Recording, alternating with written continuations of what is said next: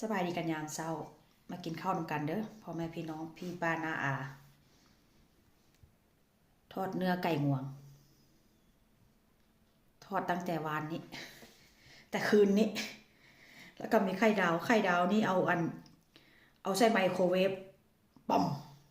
ระเบิดเลยดีแต่ว่าบ่ได้ใส่ไฟแรงหลายดีแต่ว่าบ่ได้ใส่เวลาหลายแค่20วิกินกับแจ่วพี่น้องเอ้ยเช้าๆนี่ก็จะกินกับแจ่วแต่ว่าก็กินนมไปได้แล้วล่ะแจ่วเผ็ดแห้ง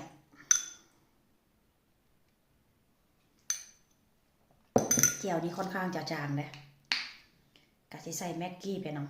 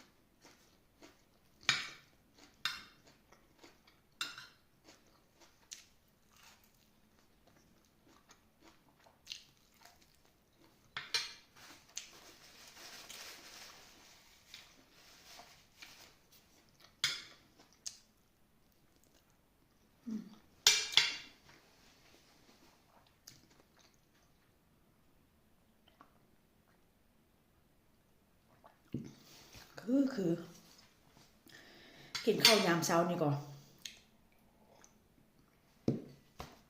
ผู้ใดเคยเป็นเด้อกินข้าวยามมื้อเช้ามาแค้นข้าวนะ